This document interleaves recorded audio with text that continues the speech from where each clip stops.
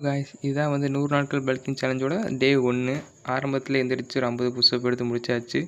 அதுக்கப்புறம் வந்து ப்ரோட்டீனுக்கு வந்து ஊற வச்ச கொண்டக்கடலை. அதுக்கப்புறம் நமக்கு ஒரு சின்ன வேலை போலீஸ் இருந்ததுனால அங்கே குளிச்சுட்டு தோசை நான் சாப்பிட்டுட்டு கிளம்பி போன வேலை முடிஞ்சதுக்கப்புறம் வந்துட்டு எக்ஸசைஸ் ஆரம்பிச்சோம். நல்லா ஸ்ட்ரெச்சிங்லாம் ஆரம்பிச்சிட்டு அதுக்கப்புறம் வந்து தம்பிள்ஸ் வச்சு கொஞ்சம் ஆரம்பித்தோம். பைசெப்ஸ் இதெல்லாம் போட்டோம்.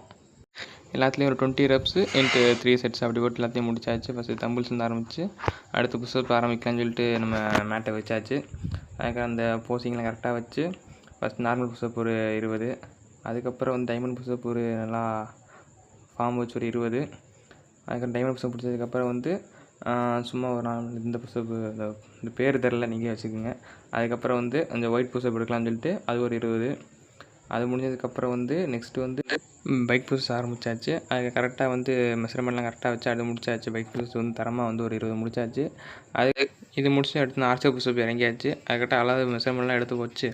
அடுத்து இந்த பக்கம் ஒரு 10, இந்த பக்கம் ஒரு 10 நல்லா கிரிட்டுன்னு அதை முடிச்சுட்டு ஆர்ச்சர் புஷ்அப் முடிச்சுட்டு அடுத்து வந்து ஃபஸ்ட் 1ஆம் புஷ்அப் ட்ரை பண்ணலாம்னு சொல்லி ட்ரை பண்ணி பார்த்தேன். ஏற்கனவே வந்து ட்ரை பண்ணியிருக்கேன், கிட்டத்தட்ட 2 மாதம் ஆச்சு. வராதுன்னு நினச்சேன்.